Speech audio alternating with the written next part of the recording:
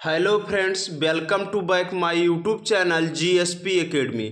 Friends, आज के इस वीडियो में हम आप सभी के लिए लेकर के आए हैं ओएमआर उत्तरक पत्रक पर आधारित अर्धवार्षिक परीक्षा कक्षा 9 विषय सामाजिक विज्ञान का पेपर, जो कि समय 3 घंटे का होने वाला है। लेकिन हम आप लोगों के लिए यह पेपर जब सॉल्व करा रहे हैं तो बहुत कम ही समय में 20 से 25 मिनट के अंदर हम बहुविकल्पीय प्रश्न समेत अन्य प्रश्नों को भी सॉल्व करा देंगे। इसलिए क्या है, आप लोग वीडियो को बिना स्किप किए हुए वीडियो के अंत तक बने रहिए। सब्जेक्ट है सामाजिक विज्ञान, कक्षा है 9, पूर्णांक 20 + 50 यानी कि 20 नंबर ओएमआर और 50 नंबर क्या है आपके डिस्क्रिप्टिव प्रश्न पर मिलेंगे। तो इसमें जो नोट दिया गया है, नोट क्या है, नोट का यह प्रश्न पत्र 2 खंडों खंड का एवं खा में विभाजित है। खंड का में बहुविकल्पीय प्रश्न तथा खंड खा में वर्णात्मक प्रश्न है। गा है बहुविकल्पीय प्रश्नों के उत्तर ओएमआर शीट पर तथा वर्णात्मक प्रश्नों के उत्तर अपनी उत्तर पुस्तिका पर दीजिए। कहने का मतलब जो आपको ओएमआर मिलेगा, ओएमआर में क्या है, खंड का उत्तर देना है, जो कि 20 नंबर का होने वाला है। तो इसको तो हम 10 से 12 मिनट के अंदर कर ही लेंगे। बाकी अन्य प्रश्न जो हैं उसमें लघु उत्तरीय प्रश्न, अति लघु उत्तरीय प्रश्न और दीर्घ उत्तरीय प्रश्न रहेंगे। उन सभी प्रश्नों का कुछ प्रश्नों का उत्तर हम कराएंगे और कुछ प्रश्नों का उत्तर आपको स्वयं से तैयार करना रहेगा, क्योंकि वीडियो बहुत लंबा हो जाएगा अगर सबका कंटेंट भी दिया जाए तो चलिए ज़्यादा देर ना करते हुए अब हम लोग इस अर्धवार्षिक परीक्षा सीरीज का जो पेपर चल रहा है सब उसका शुरुआत करते हैं। जो लोग अभी चैनल से नहीं जुड़े हैं, प्लीज़ चैनल को से जुड़ करके बेल आइकन दबा दें, जिससे कि इस प्रकार से लेटेस्ट वीडियो जो भी हम लेकर के आएँ आप सभी तक नोटिफिकेशन पहुंच सके। और अपने दोस्तों तक इसे अधिक से अधिक शेयर कर दीजिए ताकि सभी तक ये हमारा वीडियो पहुंच सके और सभी लोग निःशुल्क फ़ायदा उठा सकें अपनी परीक्षा के लिए इस चैनल के माध्यम से। चलिए देखा जाए, जिनके यहाँ ये पेपर हो चुका है वो सब बच्चे क्या काम करेंगे, आंसर इसका मिलान कर लेंगे, क्या लगाए हैं आप और क्या इसका ऑथेंटिक आंसर होगा।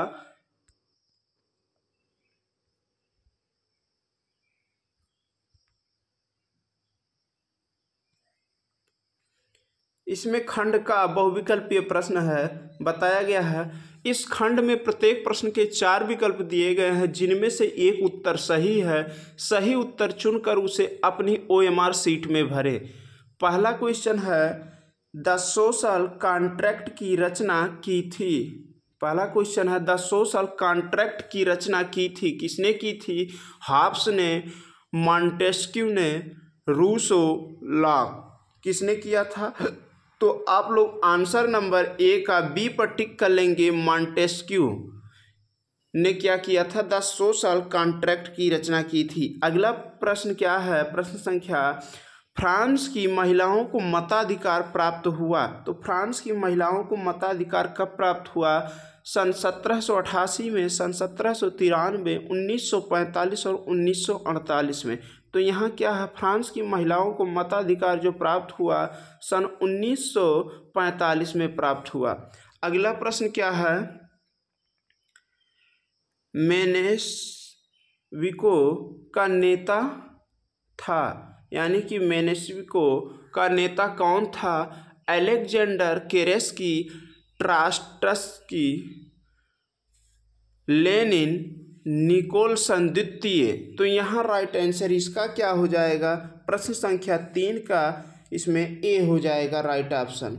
आप लोग अलेक्जेंडर केरेस्की पर टिक लगा लेंगे तीसरे प्रश्न का। चौथा प्रश्न क्या है, किस देश ने द्वितीय विश्व युद्ध में परमाणु बम का प्रयोग किया, सोवियत संघ, संयुक्त राज्य अमेरिका, जर्मनी, फ्रांस। तो इसमें राइट आंसर हो जाएगा संयुक्त राज्य अमेरिका।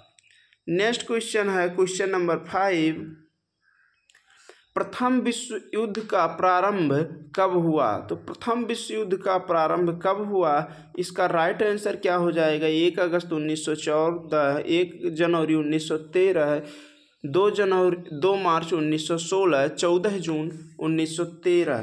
तो इसमें राइट ऑप्शन क्या हो जाएगा? ऑप्शन नंबर 1 अगस्त 1914। आप लोग 5वें प्रश्न का उत्तर टिक कर लीजिए। 1 अगस्त 1914 प्रथम विश्व युद्ध का प्रारंभ। नेक्स्ट क्वेश्चन नंबर 6 है, रूस की क्रांति कब आरंभ हुई? 1918, 1917, 1920, 1914। तो प्रथम क्या है इसमें? रूस की क्रांति कब आरंभ हुई? प्रश्न संख्या 6 है, छठवें का उत्तर हो जाएगा 1917। अगला प्रश्न क्या है? प्रश्न संख्या 7, भारत किस गोलार्ध में स्थित है? उत्तरी गोलार्ध, दक्षिणी गोलार्ध, पश्चिमी गोलार्ध, इन सब में से कोई नहीं। तो सभी लोग को जानकारी होगा भारत उत्तरी गोलार्ध में स्थित है। अगला प्रश्न संख्या 8 है, भारतीय संघ के दक्षिणतम बिंदु को क्या कहा जाता है? इंदिरा चोटी, इंदिरा बिंदु, इंदिरा बिंदु, इंदिरा बिंदु हो गया, एक पॉइंट है इंडिया बिंदु, इंद्राणा बिंदु। तो इसमें राइट आंसर क्या हो जाएगा? प्रश्न संख्या बी, 8वें का बी ऑप्शन इंदिरा बिंदु राइट आंसर होगा। अगला प्रश्न क्या है? प्रश्न संख्या 9, सबसे उत्तरी श्रृंखला को किस नाम से जाना जाता है? सबसे उत्तरी श्रृंखला को किस नाम से जाना जाता है? हिमाचल, हिमाद्री, शिवालिक, इनमें से कोई नहीं। तो प्रश्न संख्या 9 का राइट आंसर क्या हो जाएगा? हिमाद्री। प्रश्न संख्या 9 का बी हिमाद्री। अगला प्रश्न क्या है? प्रश्न संख्या 10, कुल्लू घाटी किस राज्य में है? कुल्लू घाटी किस राज्य में है? प्रश्न संख्या 10 क्या है? कुल्लू घाटी किस राज्य में है? उत्तर प्रदेश, हिमाचल प्रदेश, उत्तराखंड, राजस्थान। तो क्या हो जाएगा 10वां प्रश्न का उत्तर? कुल्लू घाटी हिमाचल प्रदेश में स्थित है। नेक्स्ट क्वेश्चन नंबर 11 है, बुलर झील निम्न में से किस राज्य में है? बुलर झील निम्न में से किस राज्य में है? राजस्थान, पंजाब, उत्तर प्रदेश, जम्मू कश्मीर। तो इसमें राइट ऑप्शन क्या हो जाएगा? बुलर झील जो है क्या है? जम्मू कश्मीर में है। अगला प्रश्न संख्या 12 है, निम्न में से कौन सी नदी प्रायद्वीपीय भारत की सबसे बड़ी नदी है? नर्मदा, गोदावरी, कृष्णा, महानदी। तो क्वेश्चन नंबर 12 का राइट आंसर क्या हो जाएगा? इसमें बी ऑप्शन गोदावरी। अगला प्रश्न क्या है देखा जाए? प्रश्न संख्या 13 है। फ्रेंड्स, आप लोगों को ये वीडियो कैसा लग रहा है? प्लीज़ लाइक करें, क्योंकि आपके एक लाइक से ही हमें मोटिवेशन मिलता है। चलिए, प्रश्न संख्या 13 है, विश्व इतिहास में दर्ज सबसे बुरा अकाल किस देश में पड़ा था? भारत, चीन, पाकिस्तान, जिम्बाब्वे। तो इसमें राइट ऑप्शन क्या हो जाएगा? चीन में। 13वें प्रश्न का चीन में। नेक्स्ट क्वेश्चन नंबर 14 है, भारतीय संविधान को कब अपनाया गया? 26 नवंबर 1949, 24 नवंबर 1949, 24 जनवरी 1949, 26 जनवरी 1950। तो यहाँ देखिए अपनाने की बात है, तो क्या हो जाएगा? 14वें प्रश्न का उत्तर 26 नवंबर 1949 को जो है क्या किया गया था? हम लोग का जो भारतीय संविधान है उसे अपनाया गया था। इसमें ऑप्शन नंबर ए राइट कर लेंगे। अगर ये पूछ लिया जाए कि कब इसे लागू किया गया, तो हो जाएगा 26 जनवरी 1950, और तभी से हम लोग गणतंत्र दिवस के रूप में वह पर्व मनाते चले आ रहे हैं। अगला प्रश्न क्या है? भारतीय, ये तो हो गया। नेक्स्ट क्वेश्चन नंबर 15 है, संविधान सभा की बैठक कितने दिन हुई? संविधान सभा की बैठक कितने दिन हुई? तो इसका राइट ऑप्शन, इसमें चारों ऑप्शन क्या है? 105, 114, 128, 151। तो वैसे तो संविधान सभा की जो बैठक थी 165 दिन चला था, लेकिन उसमें से 114 दिन क्या है, कुछ बहुत महत्वपूर्ण कार्य हुए थे। तो इसमें 114 का ऑप्शन है, इसलिए आप लोग 114 पर टिक करेंगे। अगला प्रश्न क्या है? इससे पहले आप लोगों के लिए लेकर के आए हैं हम कुछ मोटिवेशनल लाइन, जिसे क्या है आप लोगों तक हम पहुंचाएंगे इस वीडियो के माध्यम से। सुनिए, अभी तो ये आवाज़ है, आगाज बदलने वाला है, कुछ हम बदले कुछ तुम बदलो, ये जहान बदलने वाला है। कहने का मतलब क्या है? हम आप सभी के लिए इतना मेहनत कर रहे हैं, तो आप सब अगर कुछ मेहनत करेंगे अपने तरफ से, तो क्या हो जाएगा? निश्चित है आपका परीक्षा 100% नंबरों से उत्तीर्ण होगा। अगला प्रश्न इसमें क्या है, प्रश्न संख्या 16 है, भारत में मतदान के लिए न्यूनतम आयु निश्चित की गई 22 वर्ष, 26 वर्ष, 21 वर्ष, 18 वर्ष। ऑप्शन नंबर डी राइट हो जाएगा। सभी लोगों को मतदान करने का जो समय सीमा निर्धारित किया गया है तो क्या है, न्यूनतम आयु 18 वर्ष है। अगर आप 18 वर्ष के हो गए हैं तो आप भारत के गणराज्य में स्थापित या भारतीय संविधान के अनुसार क्या है, जो भी चुनाव हो रहे हैं आप सभी चुनाव में प्रतिभाग करने के लायक हो गए हैं। नेक्स्ट क्वेश्चन नंबर 17, पालमपुर की मुख्य उत्पादन क्रिया क्या है, मुर्गी पालन, खेती, डेयरी, विनिर्माण। तो इसमें पालमपुर की मुख्य उत्पादन क्रिया क्या है, ऑप्शन नंबर इसमें क्या हो जाएगा, खेती। बी ऑप्शन राइट होगा। नेक्स्ट क्वेश्चन नंबर 18 देखा जाए क्या दिया गया है, उत्पादन के कारक क्या हैं, उत्पादन के कारक क्या हैं। तो प्रश्न संख्या 18 का भूमि, मजदूर, भौतिक एवं मानव पूंजी, उपयुक्त सभी। तो इसमें क्या हो जाएगा, प्रश्न संख्या 18 है, 18वां का जो है आप लोग सही टिक कर लेंगे। इसमें उपयुक्त सभी, क्योंकि भूमि भी होता है, मजदूर भी होता है, भौतिक एवं मानव पूंजी, इसलिए ऑप्शन नंबर डी राइट हो जाएगा। क्वेश्चन नंबर 19 है, प्रच्छन्न बेरोजगारी किस क्षेत्र में गोचर होती है, शिक्षा, कृषि, विनिर्माण, उपयुक्त सभी।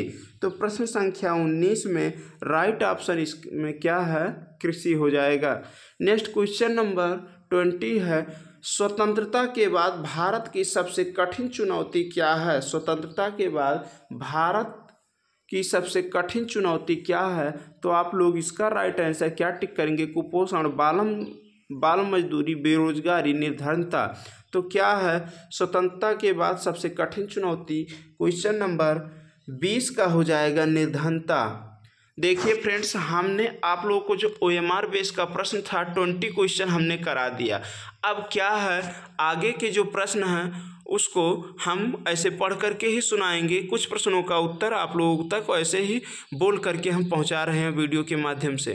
बाकी सभी प्रश्न आप लोग क्या काम करेंगे, अपने नोटबुक और टेक्स्ट बुक आदि की सहायता से तैयार कर लेंगे।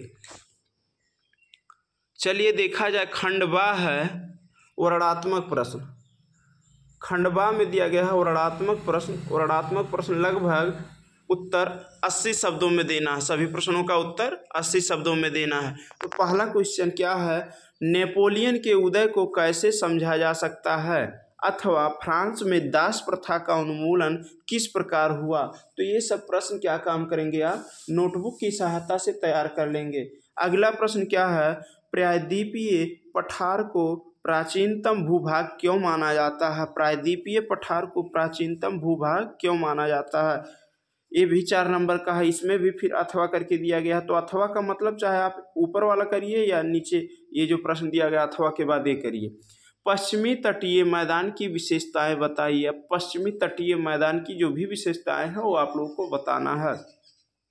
नेक्स्ट क्या है, सार्वभौमिक वयस्क मताधिकार से क्या आशा है। सार्वभौमिक वयस्क मताधिकार मतलब क्या है, जो आपको मत देने का अधिकार प्राप्त हुआ है 18 वर्ष के उपरांत, वही क्या कहलाएगा, यहाँ सार्वभौमिक मताधिकार कहलाएगा। और यह आप कहीं भी जहाँ के आप निवासी हैं वहाँ आप वोट डाल सकते हैं। इसके साथ साथ क्या होता है कि आप भारत के अगर नागरिक हैं तो आप जैसे मेंबर ऑफ पार्लियामेंट का चुनाव लड़ना चाहते हैं, सांसदी का, तो आप कहीं से भारत के किसी भी कोने से, किसी भी लोकसभा क्षेत्र से आप क्या काम कर सकते हैं, चुनाव लड़ सकते हैं। अगला प्रश्न क्या है इसमें, पश्चिमी वाला तो हो गया। तीसरे प्रश्न का अथवा करके जो दिया गया है ये भी देख लीजिए, अथवा करके दिया गया है, अधिनायकवाद यानी कि तानाशाही का अर्थ स्पष्ट कीजिए। तानाशाही आप लोग बहुत भली भांति जानते होंगे, तानाशाही का मतलब होता क्या है, तानाशाही की क्या विशेषताएं हैं।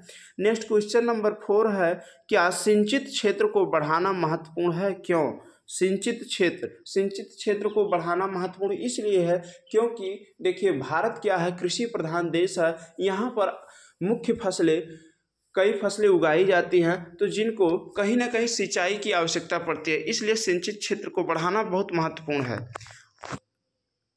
चौथा क्वेश्चन इसी में दे दिया गया है, पालमपुर में खेतिहर श्रमिकों की न्यूनतम मजदूरी से कम क्यों है। ये है पालमपुर से एक क्वेश्चन ऑब्जेक्टिव में भी आया था। अगला प्रश्न क्या है, वर्णनात्मक प्रश्न 2, उत्तर लगभग 150 शब्दों में लिखिए, 6 नंबर का है। ये 5वां प्रश्न क्या है, वाइमर गणराज्य के सामने क्या समस्याएं थी। नेक्स्ट उसी में अथवा करके दे दिया गया, वार्साय संधि के प्रावधानों का उल्लेख कीजिए। वार्साय संधि के प्रावधानों का उल्लेख करना है। प्रश्न संख्या 6 आ गया है। 6वां क्या है, भारत की स्थिति और विस्तार का वर्णन कीजिए, 6 नंबर में है। इसी में अथवा करके दिया गया है, भारत के उत्तरी मैदान का वर्णन कीजिए, ये हो गया। 7वां प्रश्न क्या है, भारतीय लोकतंत्र की प्रमुख समस्याओं बताइए तथा उन समस्याओं को दूर करने के उपाय बताइए। तो प्रश्न संख्या 7 ये हो गया। अगला प्रश्न क्या है, इसमें देखा जाए, अथवा करके दिया गया है। तो अथवा में क्या है, भारतीय संविधान की प्रमुख विशेषताओं का वर्णन कीजिए। जो भी भारतीय संविधान की प्रमुख विशेषताएं हैं उसका क्या काम करना है, वर्णन करना है। अगला प्रश्न क्या है, प्रश्न संख्या 18 है, भारत में बच्चों की शिक्षा के प्रसार हेतु सरकार ने क्या कदम उठाए। 6वां प्रश्न, ये 8वां प्रश्न हो गया। अथवा संगठित क्षेत्र में महिला रोजगार वृद्धि हेतु क्या उपाय किए जा सकते हैं। नेक्स्ट क्वेश्चन नंबर 9 हो जाएगा यहाँ। अब ये मानचित्र वाला कार्य है। तो फ्रेंड्स क्या है, मानचित्र कैसे भरा जाएगा, इसके लिए हम नेक्स्ट टाइम एक वीडियो लेकर के आएंगे कि आप लोग अपना 10 नंबर कैसे कंफर्म करें। एक नक्शा रहेगा भारत का, एक नक्शा रहेगा विश्व का। अब दोनों में क्या क्या चीज़ें कैसे कैसे क्या भरना है, इसके लिए एक वीडियो नेक्स्ट लेकर के हम आएंगे। तब तक आप लोग इसी वीडियो के माध्यम से समझिए, या आपको जो भी कॉलेज में पढ़ाया गया है उस तरीके से आप मैप भरने का प्रयास करिए। बाकी हम प्रयास करेंगे आप लोगों के लिए क्या है कि मैप वाला काम इसी दौरान देखिए बता देते हैं। लेकिन थोड़ा क्या है, हमारे पास मैप नहीं उपलब्ध है। अब मैप जो है मार्केट से लेकर के आएंगे, तब फिर आप लोगों के लिए एक वीडियो बनाएंगे कि मैप कैसे भरें। हाई स्कूल के बच्चे, सामाजिक विज्ञान में, और 9th के बच्चे या इंटर के बच्चे जिनके सब्जेक्ट में मैप है, जैसे जो आर्ट स्ट्रीम के बच्चे होते हैं इंटरमीडिएट के, उन सब के लिए भी मैप आता है। तो क्या है कि वो कैसे भरे मैप को, मैप में गलती करने से कैसे बचे, इसके लिए हम एक नेक्स्ट वीडियो उपलब्ध कराएंगे। तब तक अभी इसी वीडियो के माध्यम से काम चलाइए। देखिए क्या है, भारत के दिए गए मानचित्र में निम्नलिखित को दर्शाइए।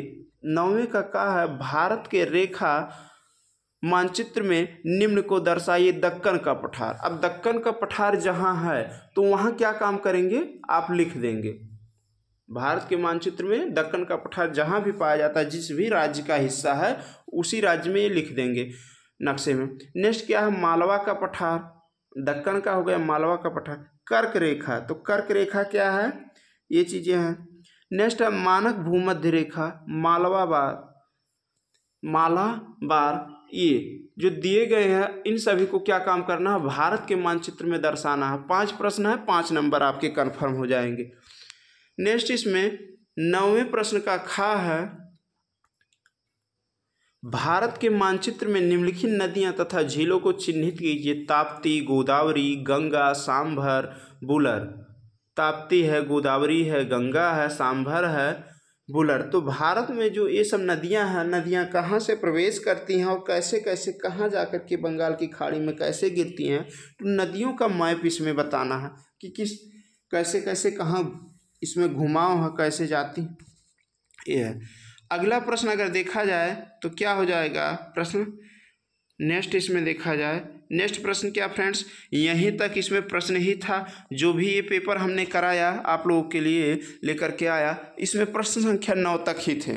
तो 9वां का और खा प्रश्न क्या हो गया है, ये मैप वाला, जो कि 10 नंबर का है। बाकी के 20 नंबर उसमें से OMR हो गए, और बाकी क्या हो गए, 20 और 10 30, बाकी का बचा कितना 40 नंबर आपको डिस्क्रिप्टिव प्रश्न दिए गए हैं लिखने के लिए।